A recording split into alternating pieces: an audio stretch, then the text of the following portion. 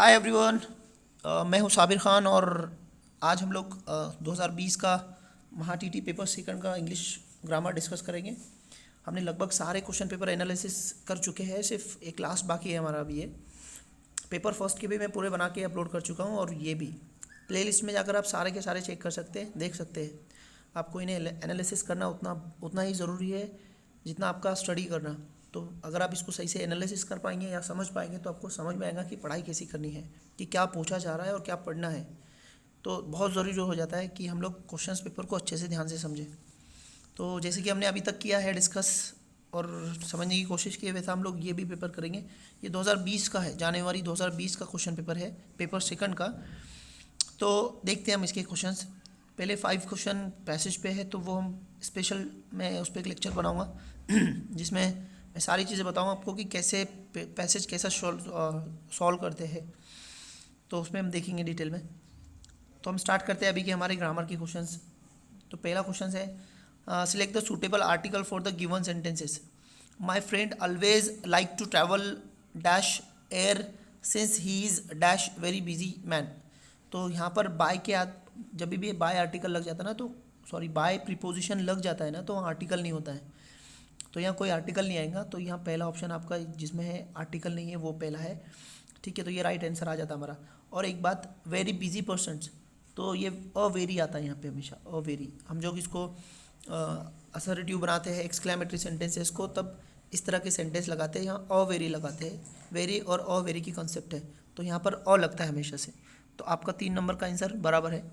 Next question है choose correct preposition for given sentences.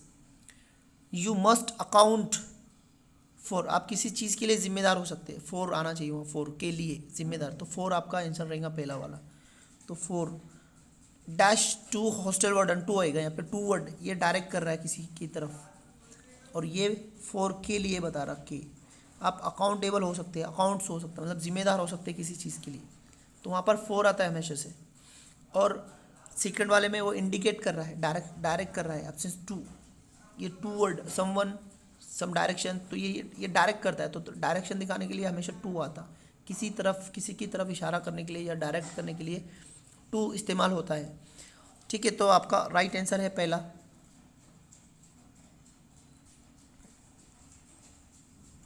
Next question है choose the word nearest meaning to underline word in the given sentence. 5 experiment gave disparate result. Disparate का मतलब होता है अलग अलग result आना, similar नहीं आते, अलग अलग। इनकरेजिंग भी नहीं आएगा, स्ट्रेंज नहीं आएगा, डिफरेंट आएंगे, different. This is the right answer. ये भी नहीं आएगा, ये भी नहीं आएगा, ये भी तो नहीं है। तो डिस्पैरेट मतलब अलग अलग, डिफरेंट रिजल्ट का मतलब है वहाँ पर। Choose the word opposite meaning to the given word. Frailty, frailty मतलब किसी के लिए, किसी चीज़ के लिए आपका कमज़ोर होना, कमज़ोरपना, उसको बोलते हैं फ्रेल्टी। तो यहाँ पर उसका अपोज मीनिंग पूछ रहा है, तो फैटिक नहीं हो सकता, स्ट्रेंथ होगा, strength is the right answer for that. Health भी नहीं होता और ब्लोडनेस भी नहीं होता। तो फ्रेल्टी मतलब होता है कमज़ोरी, किसी चीज़ में आपकी कमज़ोरी के लिए यूज़ होता है फ्रेल्टी। तो स्ट्रेंथ उसके लिए सही आंसर है। नेक्स्ट क्वेश्चन है 40 नंबर का, fill in the blank with appropriate passive form of verb from the alternative supplied। तो आपको passive form यूज करना है। if dash he dash if we think it necessary। तो यहाँ पर if वाला सेंटेंस है, if वाला क्लॉज है, और दूसरा वाला आपको पहले वाला if के हिसाब से दूसरा वाला चूज़ करना है। तो उसने सेकंड नंबर पे if का क्लॉज दिया और ये पहले वाला आपको उसके हिसाब से चूज़ करना पड़ेगा if के। तो इफ़ वी थिंक मतलब इफ़ के साथ सिंपल प्रेजेंट टेंस है, तो आने वाला जो टेंस रहेगा मतलब यही का जो सेकंड वाला होता है अक्सर, जो उसने पहले यूज़ किया है, वो उसमें विल रहेगा, शल रहेगा, कैन रहेगा या मे रहेगा। तो इनमें से कोई रहेगा। तो यहाँ पर हमको उसको पैसिव करना है, क्योंकि पैसिव फॉर्म पूछ रहा है ना, तो पैसिव फॉर्म देख रहा है। तो इफ़ के साथ में आने वाला जब सिंपल प्रेजेंट टेंस रहा तो वो विल होता है, फ्यूचर में बताया जाता है, तो विल आएगा यहाँ पे। तो हैज़ बिन नहीं आएगा, ये गलत हो जाएगा। वुड हैव बिन नहीं आएगा। ये अगर इफ़ के साथ परफेक्ट पास्ट टेंस आता ना, तो तब इस तरह का सेंटेंस यूज़ करते हैं, और ये भी गलत हो जाएगा। तो will be interview, this is the right answer for that. Will भी आएगा क्योंकि विल आने वाला था और V1 आना चाहिए था, बट उसको पैसिव वॉइस करने के लिए कहा उसने। तो हमको पता है कि पैसिव वॉइस में V3 होता है और टू बी के कोई भी फॉर्म होते हैं, तो इसलिए हमारा आंसर ये सही है यहाँ पर। नेक्स्ट क्वेश्चन है, choose the correct alternative to fill in the blank. He will win the race if. अब यहाँ पर अगेन वही है, इफ क्लॉज का सेंटेंस यूज़ किया है मैं, तो यहाँ पर दूसरा वाला सेंटेंस में अगर विल यूज़ किया है और V1 यूज़ किया है तो ये सिंपल प्रेजेंट टेंस होना चाहिए।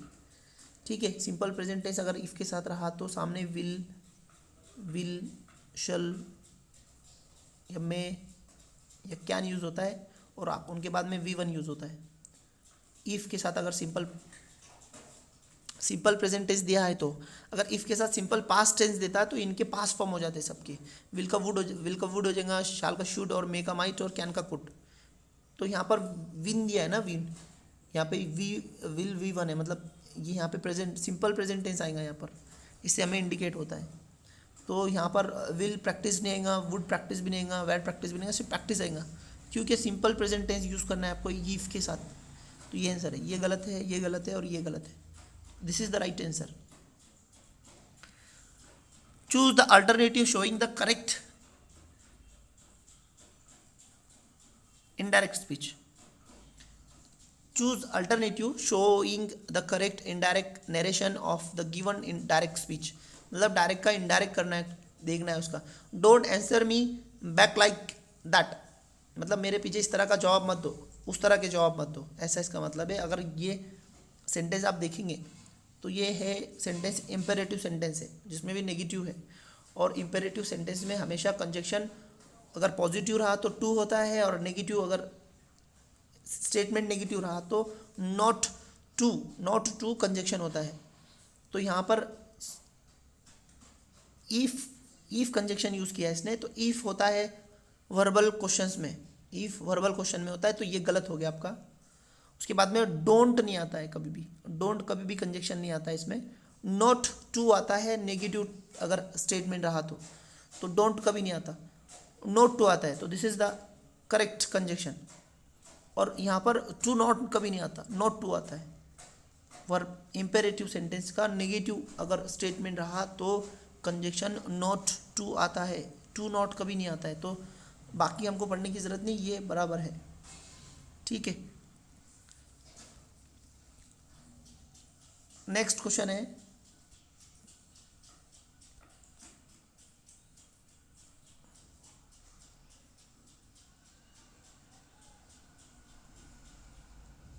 Identify figure of speech in the following line.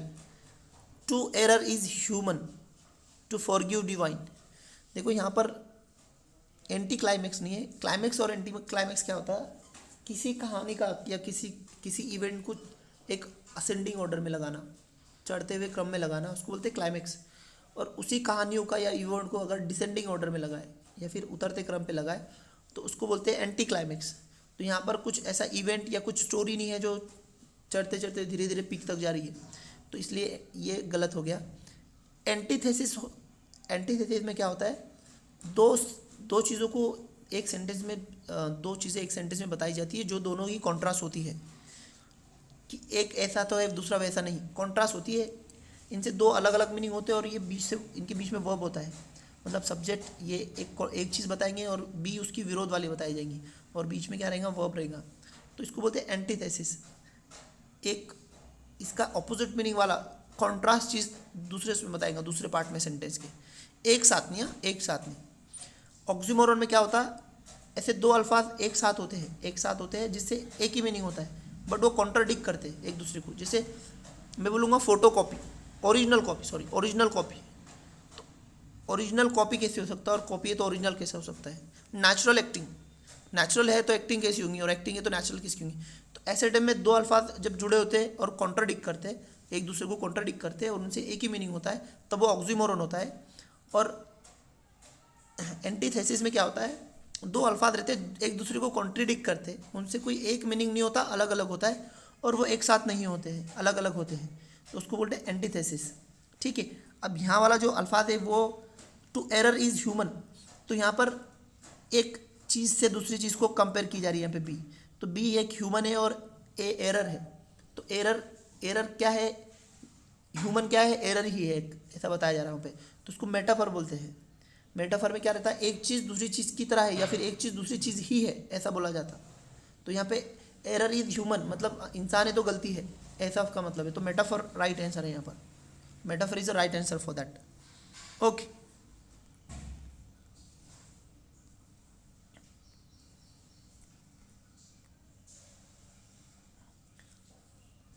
Identify the part of sentence which has an error. अब इसमें से एरर कौन सा है पहचानना है, इसमें से ये वाले पूरे सेंटेंस में से एरर। तो व्हेन ही वॉज टायर्ड, देखो व्हेन ही वॉज टायर्ड ये पैसिव वॉइस नहीं है, when he was tired passive voice में कभी भी V3 होता है और टू बी के कोई भी रूप होते हैं, तो ये पैसिव वॉइस नहीं है, तो यहाँ प्राइमा फेसी गलत हो गया है। अगर पैसिव वॉइस होता तो सही होता, बट ये पैसिव वॉइस नहीं है इसलिए गलत हो गया। तो वहाँ पर हैज़ वॉज की जगह पे क्या आना चाहिए था, वहाँ पर हैड आना चाहिए था। पास्ट टेंस हैड या हैज़ भी हो सकता था, कुछ भी हो सकता था, पर यहाँ पर टुक है तो हैड आना चाहिए था क्योंकि ये सेकंड फॉर्म है और यहाँ पे हैड आना चाहिए था। मैं इसलिए बोल रहा हूँ ये क्योंकि यहाँ पर दो इवेंट एक साथ आई है, दो इवेंट एक के बाद हुई पास्ट टेंस में। जब भी पास्ट टेंस में दो इवेंट एक के बाद एक होती है तो जो पहले हुई है वो परफेक्ट पास्ट टेंस होता है और दूसरी वाली सिंपल पास्ट टेंस होता है। याद रखिए, इस पे भी बहुत सेकंड पेपर में क्वेश्चन है।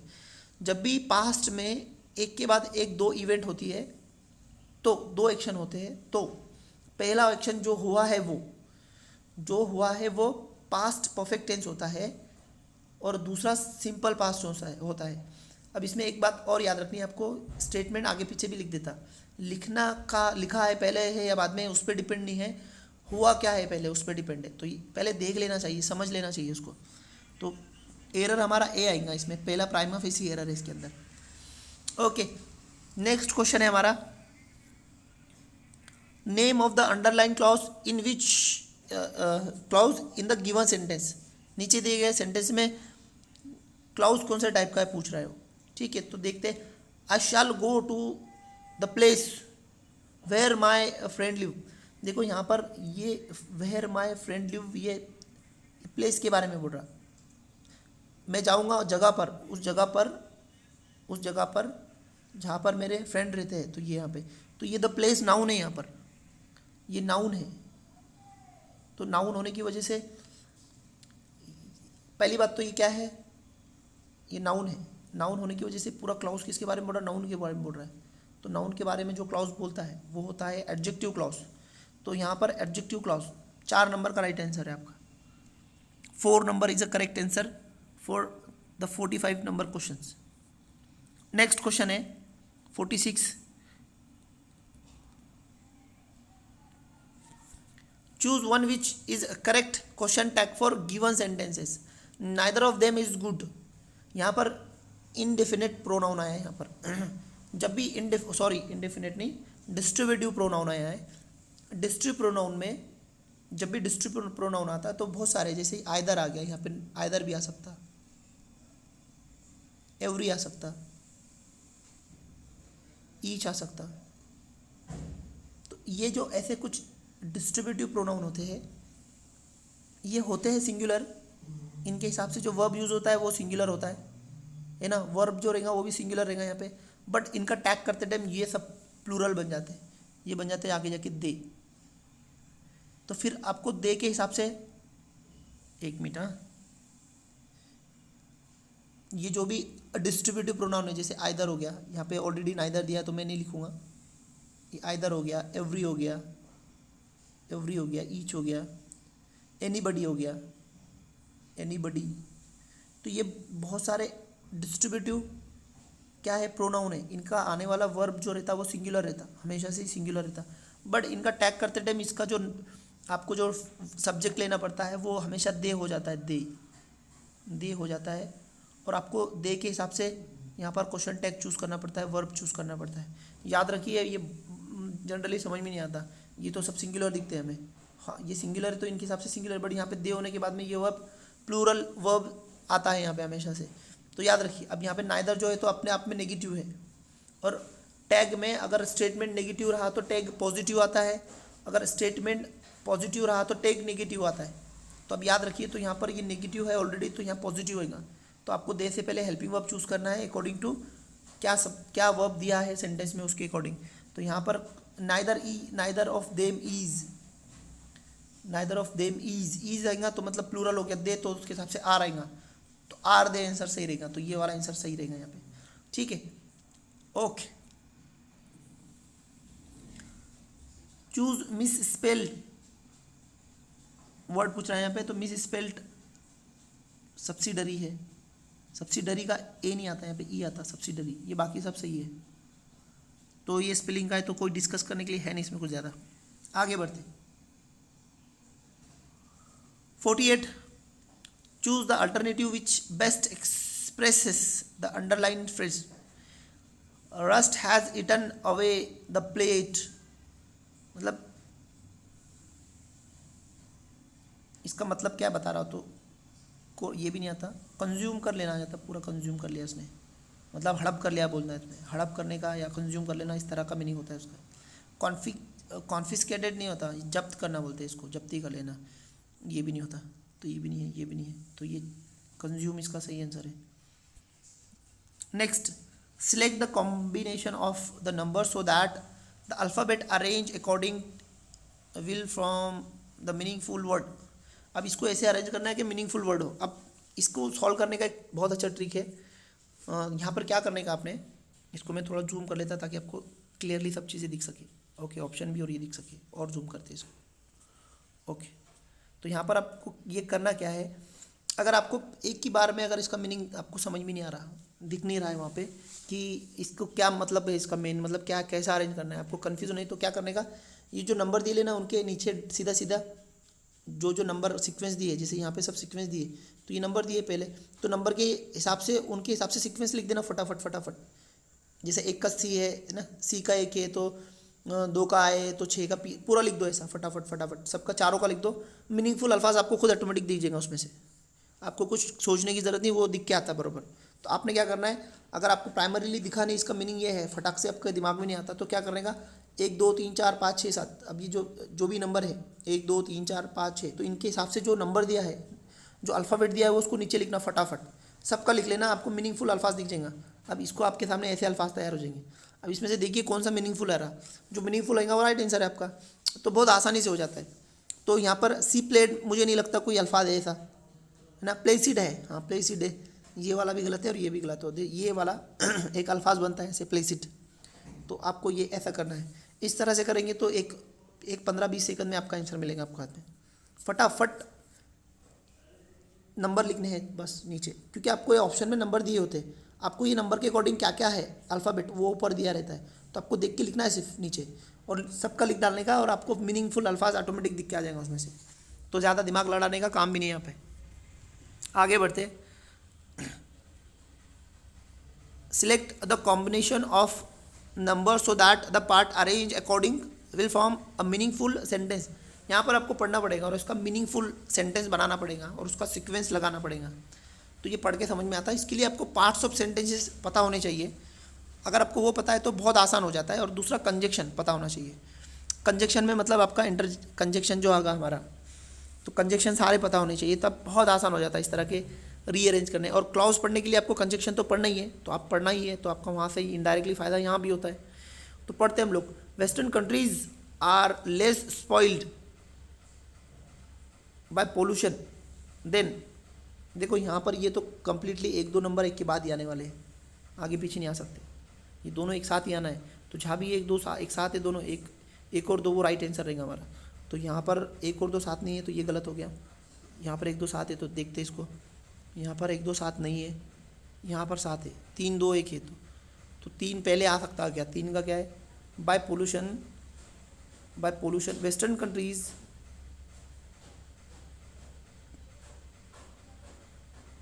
तो ये दो ऑप्शन बच रहे हमारे।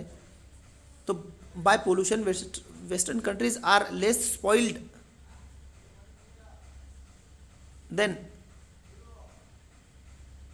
देन के बाद आएगा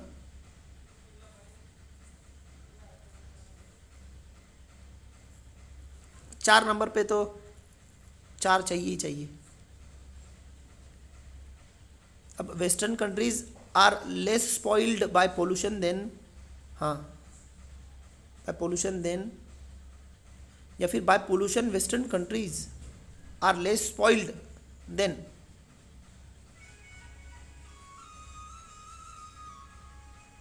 दोनों तरीके से हो सकता है, कोई प्रॉब्लम नहीं है, बट राइट कौन सा है वो देखना पड़ेगा। बाय पोल्यूशन आएगा या बाद में, by pollution western countries are, इतना सीधा सीधा तो ईमानदारी का देगा नहीं हो, तो by by western countries, but इसका कैपिटल अल्फाज ये दिया है तो इसका मतलब पहले यही लगेंगे, यानी कि 1 2 3, तो ये आंसर सही है आपका। 2 नंबर का आंसर आपका एक्यूरेट है। आगे बढ़ते,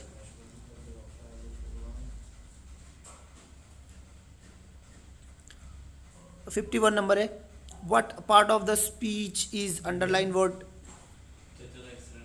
हाँ, the state,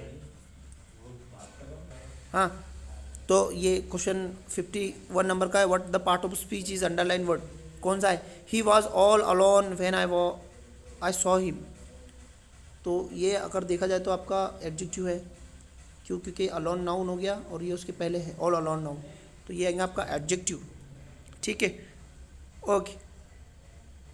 what does the underline model auxiliary express, she must have left already, तो सर्टनिटी, ऑब्लिगेशन तो नहीं आता, नेसेसिटी भी नहीं है, डिज़ायरेबिलिटी नहीं, डिज़ायरेबिलिटी सर्टेनिटी है, सर्टेनिटी लॉजिकली सर्टेनिटी है, she must have left already, एक अंदाज़ा लगाया रहा, और मतलब एक भरोसेमंद लॉजिकली और एक कंफर्म अंदाज़ा ही है, इसको बोलते हैं फिक्स, एक अंदाज़ा लगाते हैं हम लोग, उसको बोलते हैं कंफर्म अंदाज़ा, तब मस्ट हैव आता, तो लॉजिकली सर्टेनिटी आता इसका असल में इंग्लिश में अगर बोला जाए तो वो आंसर है।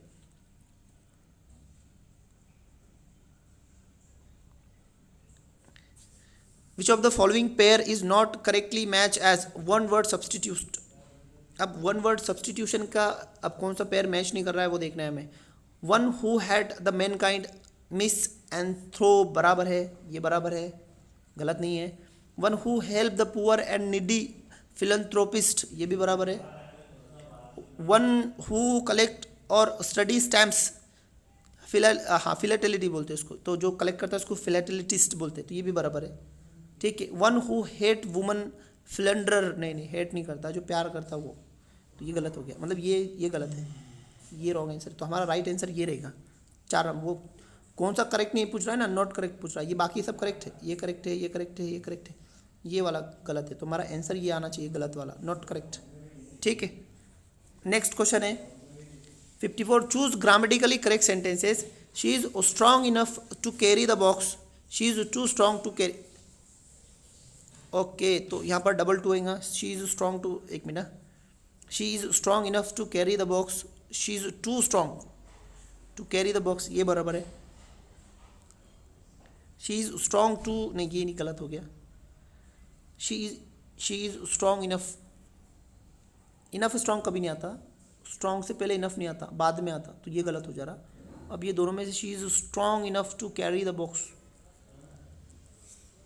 आंसर तो टू स्ट्रॉन्ग टू, ये वाला आंसर सही है।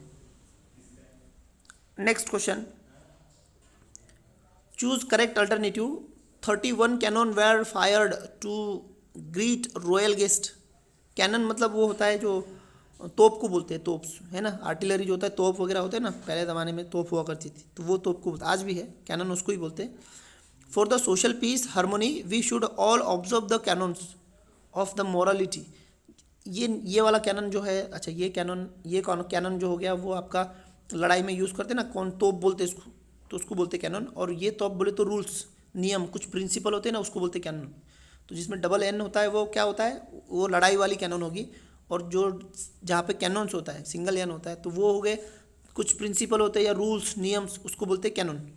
ठीक है, तो दोनों ही जगह सही इस्तेमाल किया इसने, तो ये दोनों ही सेंटेंसेस बराबर है, तो ओनली ए इज करेक्ट, नहीं दोनों गलत बराबर है, बी इज करेक्ट वो भी गलत है, तो 3 नंबर का आंसर हमारा सही है यहाँ पर। चूज ओड मैन आउट, इसमें से ओड क्या है देखना है, नीचे क्या एलिफेंट है, ओके, तो deer, sheep, swine, elephant, elephant आएगा ना, ये सब छोटे छोटे जानवर हो गए, इसको पाले जा सकते हैं, हाथी नहीं अभी तो जंगली जानवर है, पेट एनिमल नहीं, ये सब पेट में आ जाते हैं। ठीक है, ये इनका भी होता है, आप सोचेंगे ये तो स्वाइन का, हाँ इनका ये इसकी कैटेगरी में आ जाती है, वो डीर की, उनका मतलब होता है बराबर है, elephant is odd, choose alternative which best expression the meaning of the underline idioms.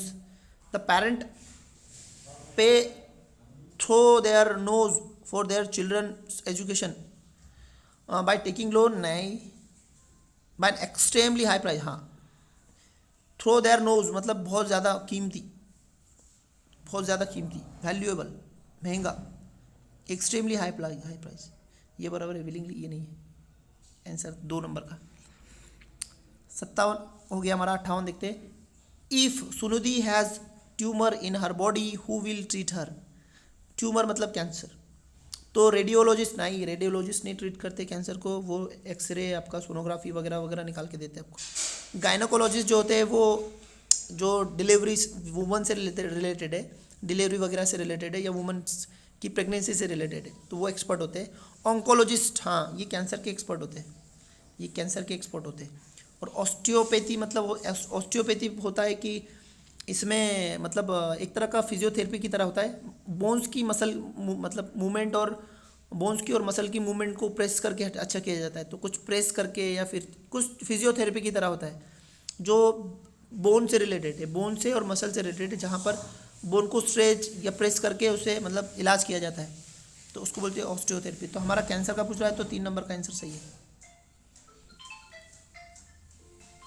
Next question है which of the following is rhetorical questions पूछ रहा है. अब ये जो रहते हैं रेटोरिकल क्वेश्चंस, इसमें एक तो पहले आपका आंसर में क्वेश्चंस में ही आंसर होता है पहली बात, या फिर कोई आंसर नहीं होता है, ये 2 चीज़ें. तो यहाँ पर is it fair to mislead parents. दूसरा क्वेश्चन है are you willing to join our group. तीसरा can you speak English fluently. D number है हैव यू विजिटेड ताजमहल. अब ये सारे क्वेश्चन आप देखेंगे तो ये 2 नंबर 3 नंबर ये सब सवाल पूछ रहा है, इसका जवाब एक्सपेक्ट है इनमें से. Are you willing to join our group, तो अब वो पूछ रहा है इसको ज्वाइन होना है नहीं होना, तो ये सवाल हो गया एक तरह का, तो आपको जवाब एक्सपेक्ट है यहाँ पे. हैव यू विजिटेड ताजमहल, तुमने कभी ताजमहल देखा है, वो हाँ या ना बोलेगा, तो यहाँ भी सवाल है. Can you speak English fluently, तुम्हें बोलना आता है कि नहीं आता है, वो हाँ या ना बोलेगा, जो भी बोलना है इसको. बट यहाँ पर जो है ना, तो इसके अंदर ही इसका मतलब है, यहाँ पर आपको बोला जा रहा है कि वो बराबर नहीं है.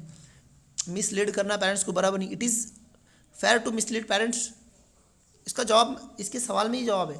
हम किसी को जब इस तरह बोलते हैं ना कि यार ये सही है क्या, तुम बोलो, उसको पता रहता है चीज़ें, मतलब सवाल में ही जवाब होता है पहली बात, या फिर जवाब नहीं होता है कोई, तो इसको बोलते हैं रेटोरिकल क्वेश्चंस. तो ए नंबर का आंसर यहाँ पर सही है. ठीक है, ये वाला.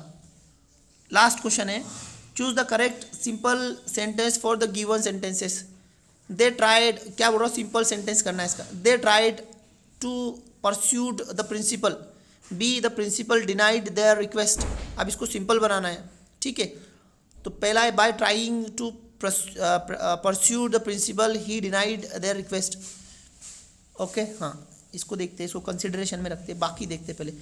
दे tried to persuade the principal but, अब ये बट कंजक्शन आ गया, ये कंपाउंड हो गया, तो ये गलत हो गया.